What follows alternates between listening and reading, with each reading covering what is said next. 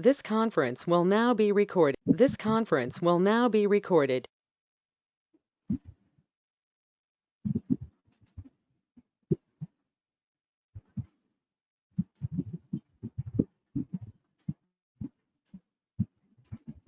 Okay, today our class will be a brief introduction about the skin and then coming to skin tumors. Today we'll discuss about malignant melanoma.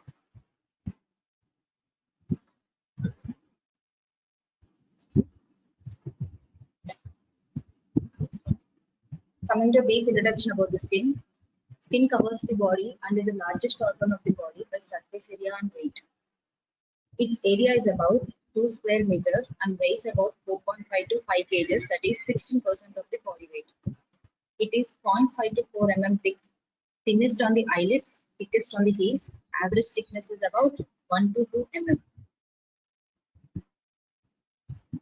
Coming to the layers of the skin, broad layers are epidermis, dermis. Beneath the dermis will be hypodermis or subcutaneous tissue.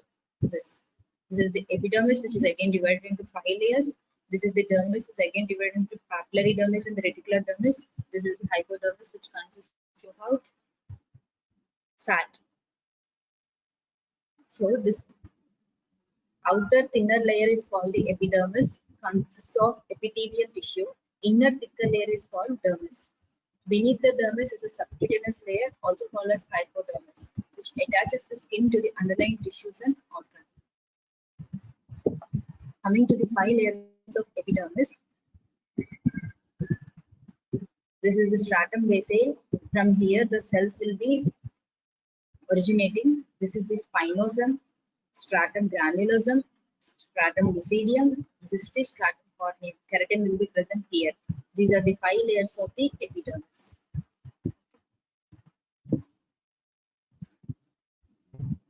Epidermis is composed of keratinized stratified squamous epithelium. The epidermis contains 4 major layers in thin skin or 5 major layers in thick skin. The stratum basale or stratum germinatum, where continuous cell divisions occurs, which produce the other layers. Stratum spinosum is about 8 to 10 layers of keratinocytes. Granulosum includes keratohyalin and lamellar granules. Lucidium is present only in thick skin, that is the skin on the fingertips, palms and soles. Stratum corneum composed of many sublayers of flat dead keratinocytes called corneocytes or squams that are continuously shed and replaced by cells from deeper strata. Constant friction can stimulate formation of callus. There are 4 major types of cells: keratinocytes, melanocytes, Langerhans cells, Merkel cells. The keratinocytes produce keratin, which is tough fibrous protein that provides protection. 90% of the cells are keratinocytes. Melanocytes produce the pigment melanin that protects against damage by UV radiations. So the malignant melanoma, which we are going to discuss, arises from these melanocytes. Coming to Langerhans cells, which is involved in immune responses, arises from red bone marrow. Merkel cells, which function is the sensation of touch along with the adjacent tactile discs. These are the 4 types of cells: keratinocytes, melanocytes, Langerhans cells, and Merkel cells. Merkel cells has nerve endings. Coming to dermis part, it is composed of connective tissue containing collagen and elastic fibers. 2 layers are papillary and reticular. The outer layer, papillary, consists of areolar connective tissue containing thin collagen and elastic fibers, dermal papillae, corpuscles of touch and free nerve endings.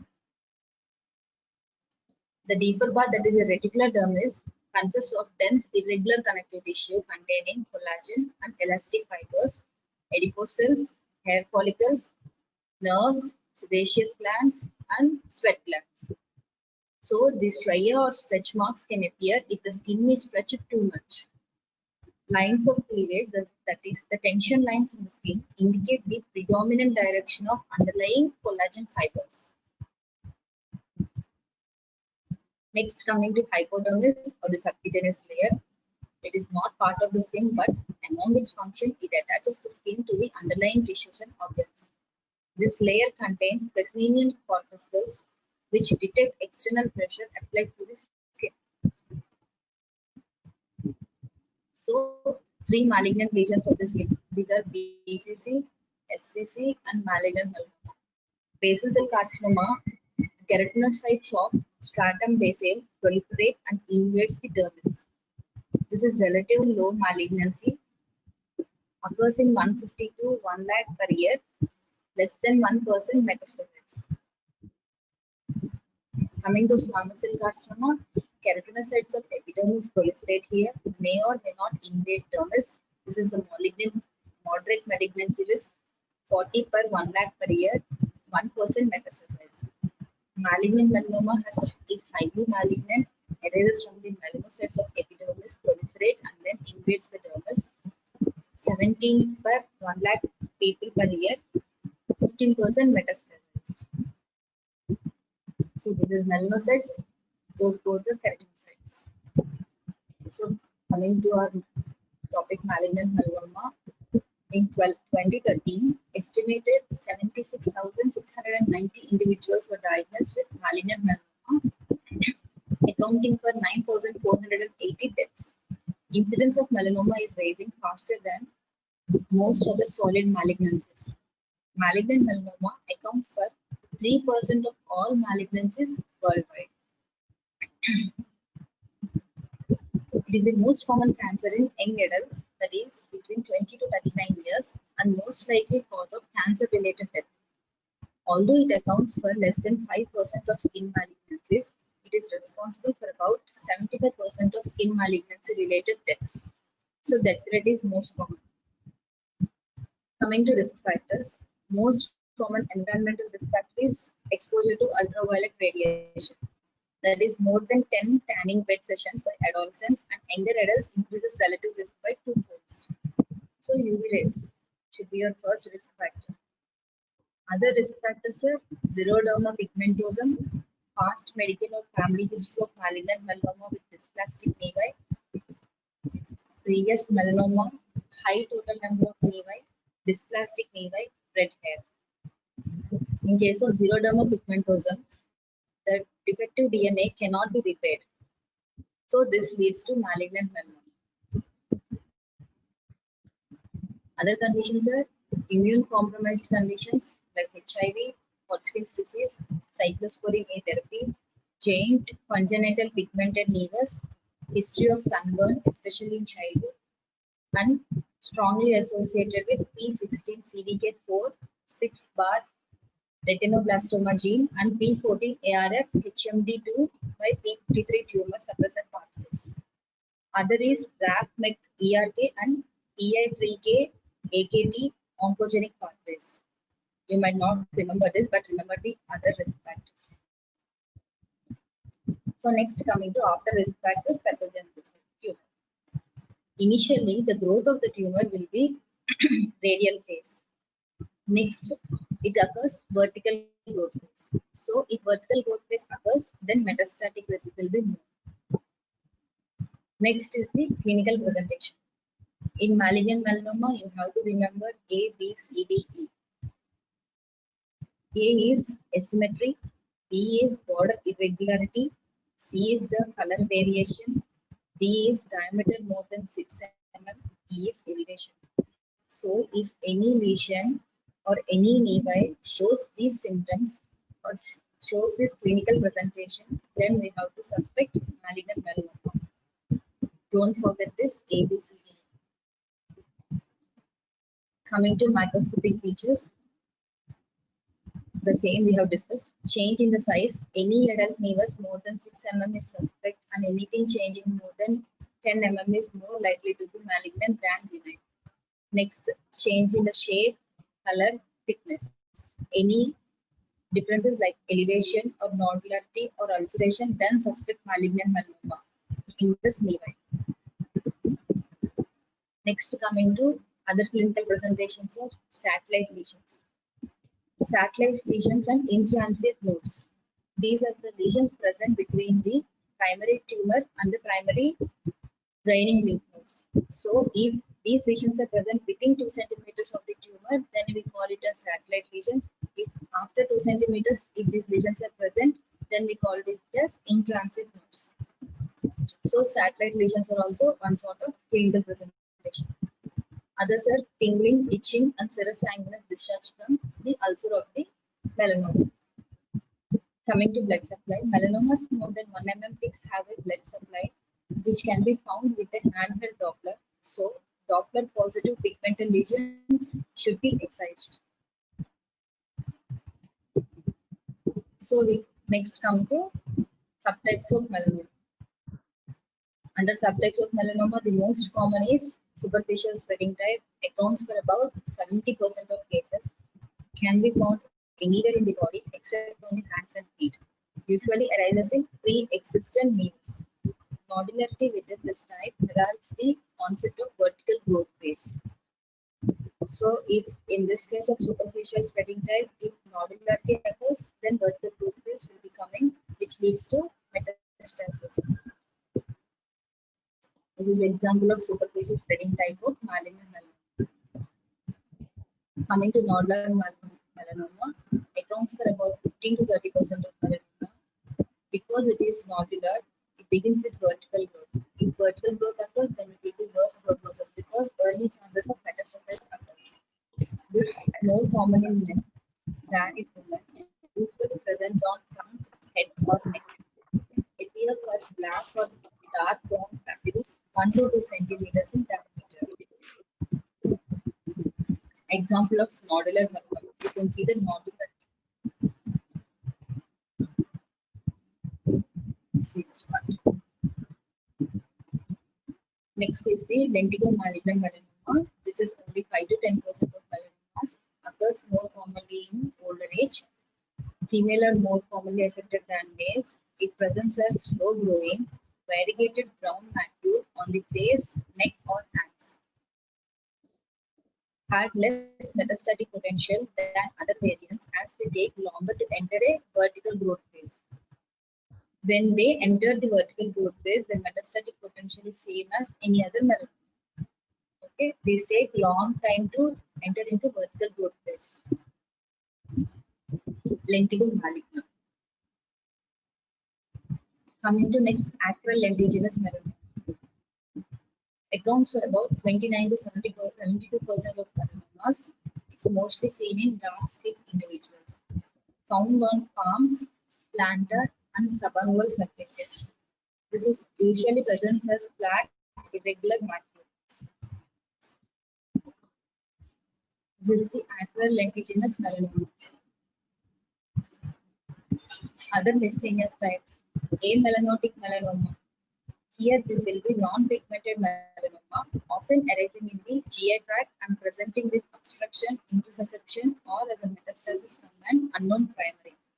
Next is the desmoplastic, mostly found on the head and neck region. It has a propensity for perineural infiltration and often occurs locally, if not widely excised. Maybe amelanotic clinically. So these will be amelanotic, but it is a type of melanotic melanoma. Sorry, malignant. Next, after types, we come to staging of melanoma. In the absence of lymph node metastasis, BRESLOW thickness is the most important prognostic indicator. Next is the AJCC staging, which takes lymph nodes and distant metastasis into account. Another is Clark's classification according to the anatomical depth. This is the BRESLOW's classification. Stage 1 is depth less than or equal to 0.75 mm. Stage 2 is 0.76 to 1.5 mm. Stage 3 is 1.51 mm to 4 mm. Stage 4 is more than 4 mm depth. So according to the depth of the melanoma and the 5-year survival rate. If melanoma in situ, then survival rate is about 95 to 100%. Less than 1 mm, then 95 to 100%. 1 to 2 mm will be 80 to 96%. 2.1 to 4 mm is 60 to 75%. More than 4 mm is 50%. So as the depth increases, the survival rate decreases. Next, coming to class classification, there will be 5 levels. Level 1 is confined to the epidermis, that is in situ melanoma. Level 2 is till the papillary dermis. Level 3 will be junction between the papillary and the reticular dermis. Level 4 is invasion to reticular dermis. Level 5 is invasion to deep, that is subcutaneous tissue. This is the pictorial representation. Level 1. Only epidermis is involved here. Level 2, you can see the papillary dermis is also involved.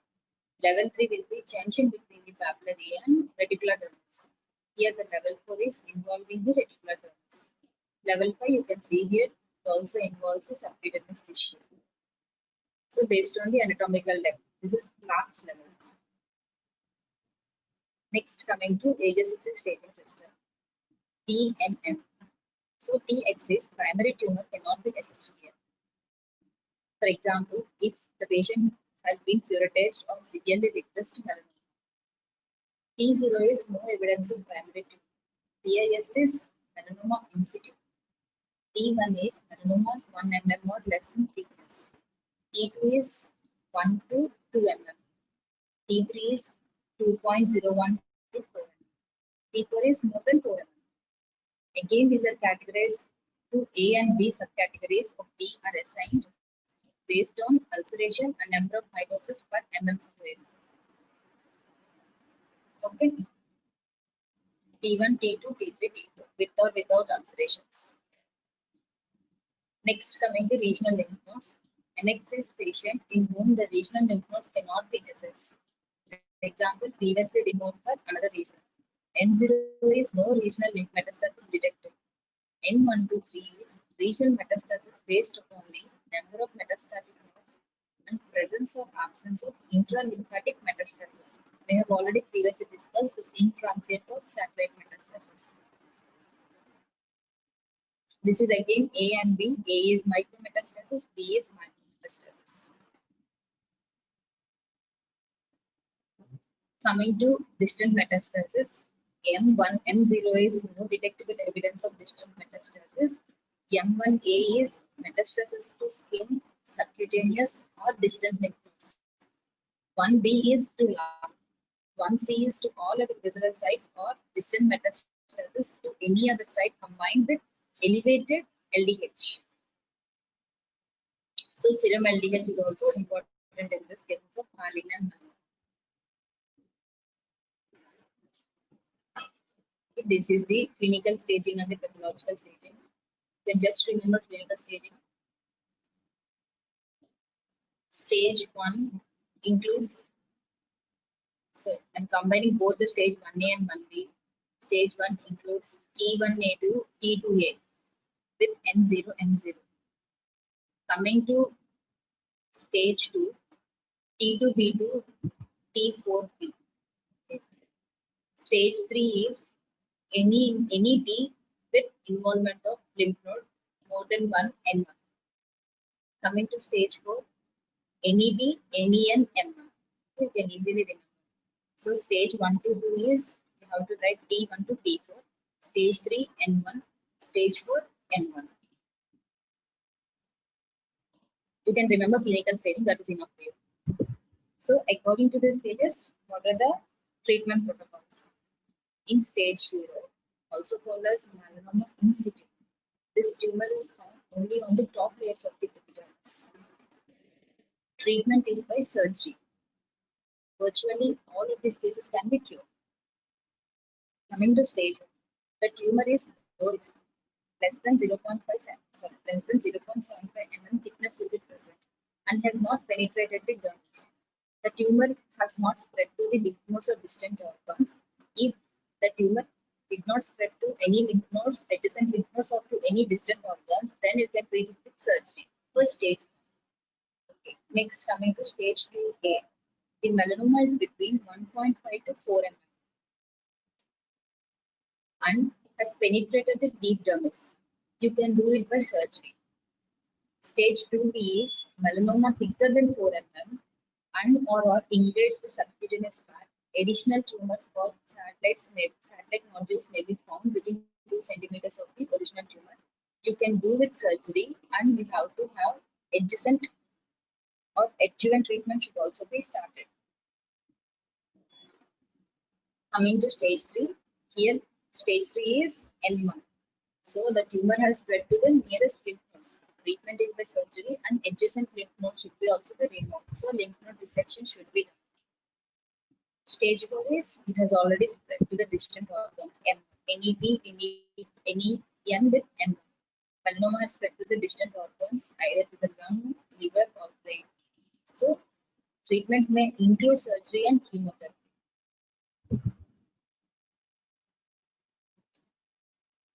For you to easily remember, according to the Clark's level, the BRESLOW's index, and the AJCC. So, coming to the how do you diagnose melanoma? Clinically, you recognize that it is a malignant melanoma. So, pathological diagnosis should be important. So, you have to do excisional biopsy. A 1 mm margin of normal skin is taken if the wound can be closed primarily. If removal of the entire lesion creates a large defect, then an incisional biopsy should be taken. Biopsy incisions should be made within the expectation that subsequent wide excision of the biopsy site may be done. So, the incisional biopsy incision should be such that further if we perform a wide excision, it should be included in that. Okay, next coming to the spread. So, how do that be spread?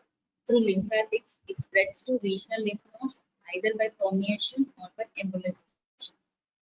Intransient nodules and satellite nodules are seen in the skin between the primary lesions on the regional lymph node and is due to retrograde spread of dermal lymphatics. Next spread is through blood. It spreads to lungs, liver, brain, skin, bones. Secondaries are typically black.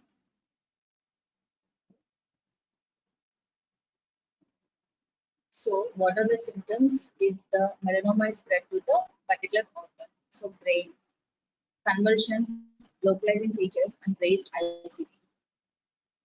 Lungs, cannonball secondaries will be present, pleural effusion, hemoptysis. Chest pain, cough. Liver, massive liver if it is involved, ascites.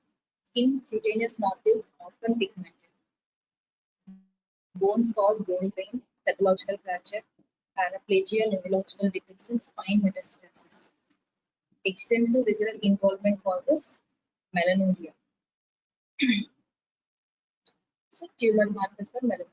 This is also important. Remember this. Melan A, S100, HMB 45, LDH. Okay. So, just a flowchart of the treatment part.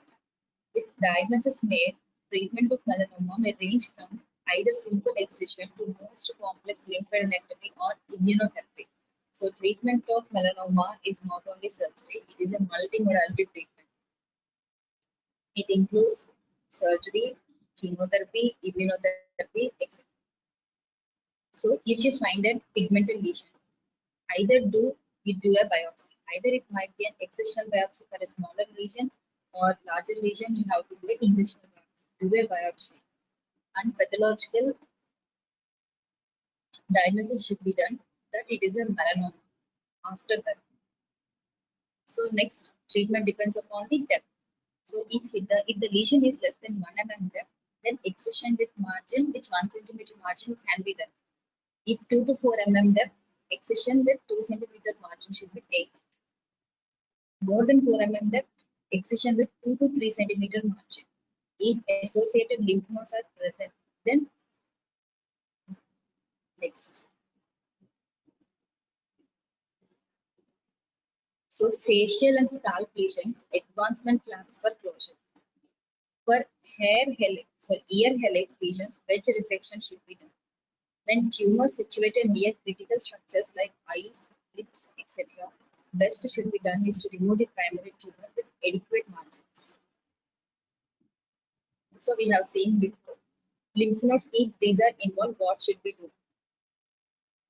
For lymph nodes, we can do sentinel lymph node biopsy, followed by if lymph nodes are involved, then elective lymph node dissection should be done. Now, what about the lymph nodes? We'll see in this flowchart. So, biopsy positive for melanoma already, and the lesion is 2 to 4 mm depth. So, less than 1 mm depth hardly involves the lymph node. So, more than 2 mm depth may involve the lymph node or may not. So, if 2 to 4 mm depth lesions involve the lymph nodes, you feel that the lymph nodes are not palpable, but still we can do sentinel lymph node biopsy. This is an investigational procedure. If sentinel lymph node biopsy, you can find a lymph node, then you can do elective lymph node dissection.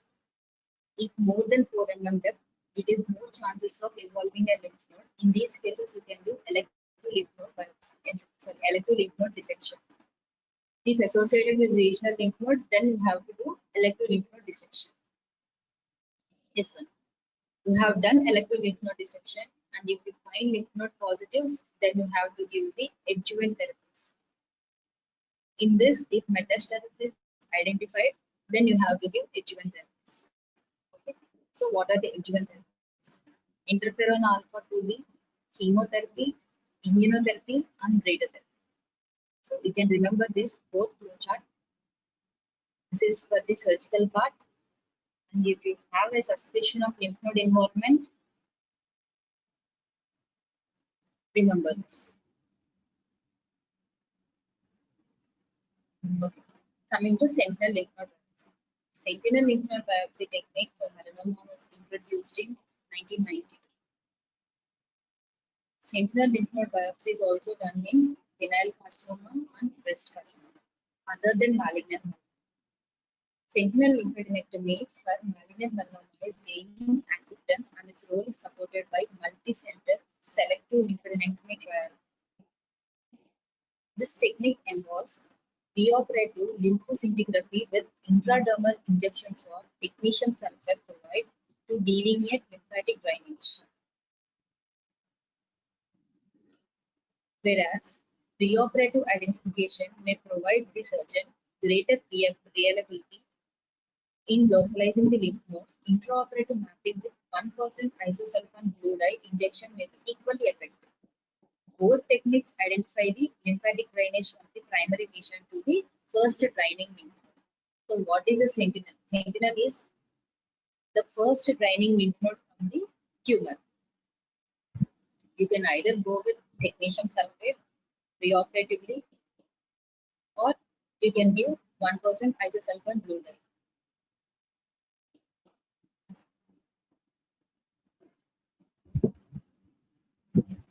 See, for this, you have to know the lymph node drainage, lymphatic drainage. So, above umbilicus, the lymph drains to the superficial lymphatics drains to the axilla. At the level of umbilicus, the superficial lymphatics drains both to the axilla and the inguinal. Below the umbilicus, drains only to the inguinal. You can see here, this is the primary tumor, and the injection is given here, and you can see the lymph nodes because it is at the level of umbilicus. These both are the sentinel nodes. You can see the sentinel lymph node. If you find any sentinel lymph node, you have to go with excision. Lymph node dissection should be done. If micrometastasis is identified in the removed node by frozen section examination, then complete lymph node dissection is performed. So, this sentinel lymph node should be removed and sent to the frozen section. Then, if any metastasis is present in this lymph node, then you have to complete with the lymph node dissection. This method will be used to identify patients who would benefit from lymph node dissection while sparing others an unnecessary operation. All microscopically or clinically positive lymph nodes should be removed by regional node dissections. When drawing lymph nodes are removed, that is the deep iliac nodes must be removed along with the superficial inguinal nodes, or disease will recur in that region. For axillary dissections, the nodes medial to the pectoralis minor muscle also must be resected. For lesions of the face, anterior scalp, and ear, a superficial parotidectomy to remove the parotid nodes and a modified neck dissection is recommended. Another promising area of non-surgical melanoma treatment is the use of immunological manipulation. Immunotherapy. Interferon alpha 2B is the only FDA-approved adjuvant therapy for AJCC stage 2B to 3 melanoma. In these patients, both the relapse-free interval and overall survival will but improve with the use of interferon alpha 2B. Side effects were common and frequently severe. Majority of the patients required modification of the initial dosage and 24% discontinued treatment. Immunotherapy also continues to be a field of great promise. Vaccines have been developed with the hope of stimulating the body's own immune system against the tumor. Melanoma cells contain a number of distinctly different cell surface antigens, and monoclonal antibodies have been traced against these antigens. These antibodies have been used alone or linked to a radioisotope or cytotoxic agent in an effort to selectively kill the tumor cells. All treatments are currently investigational. One defined antigen vaccine has entered clinical testing, that is the ganglioside GM2. Gangliosides are carbohydrate antigens found on the surface of melanomas as well as many other tumors. So remember this, interferon alpha 2B, ganglioside GM2. Coming to chemotherapy for melanomas. What are the indications first? Indications are secondaries in lungs, liver, bones. After surgery for melanoma, usually it is given intravenously. Drugs are DTIC, diethyl triamine immunocarboxamide, melphalan, carboplatins, vindesin. We give this in CVD regimen, that is platins, vinblastine, and dacarbazine. So the next is the biological therapy. It is done using specific tumor antibodies. We have already previously discussed tumor antibodies can present BCG, levamisole, Corynebacterium parvum, alpha interferon, interleukins, and tumor vaccines is tried with some success rate up to 40% in advanced melanomas. Biochemotherapy. Biochemotherapy is combination of the CVD regimen with interferon alpha and IL-2. This is the chemotherapy.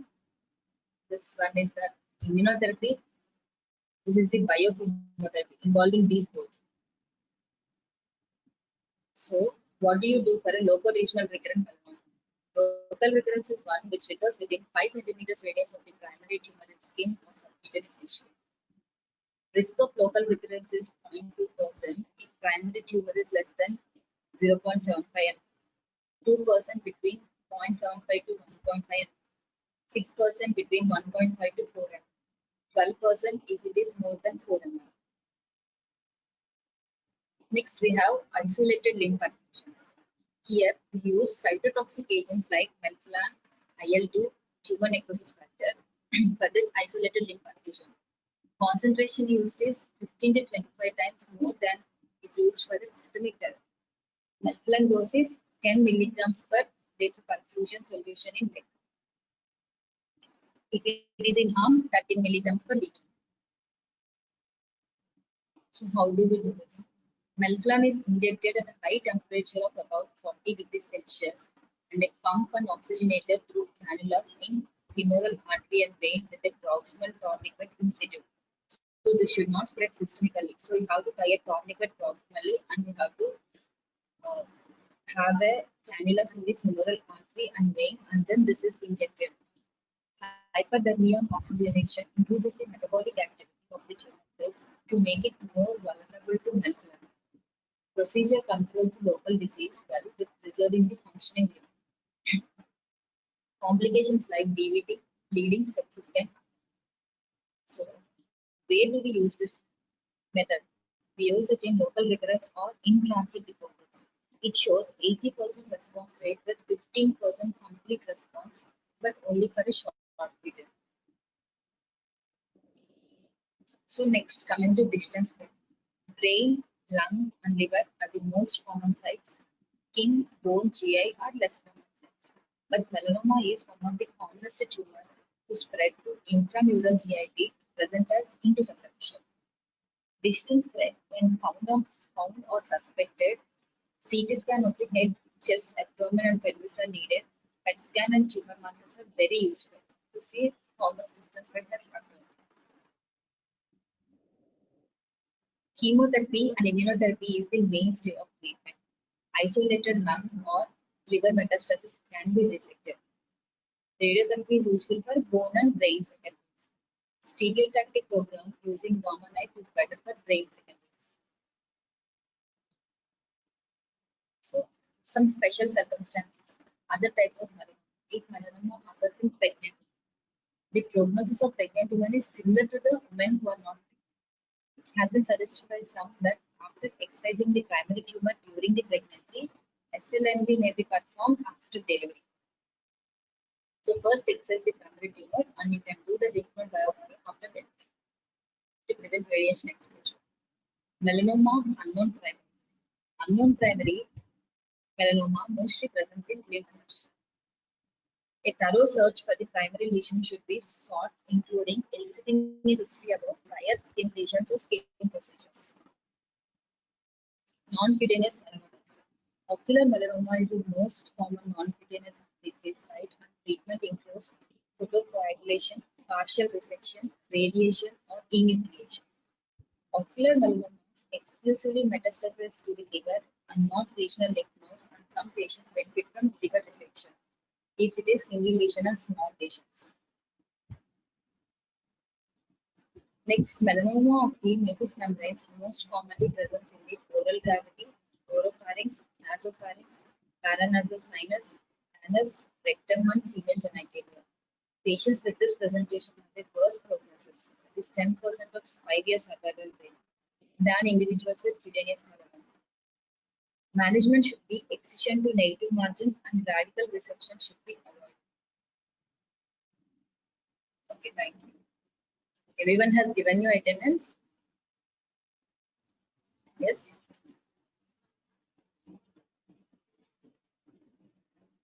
Yes, everyone has given you attendance? Then I'll close the meeting.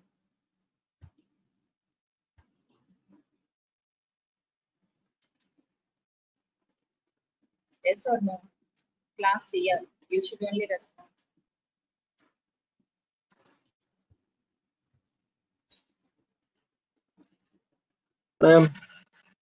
Yes, everyone has given your attendance.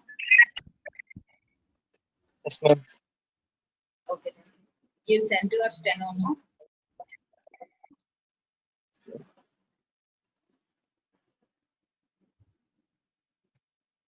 Okay, kindly send your attendance to your steno. Okay. Okay, I'm closing the meeting.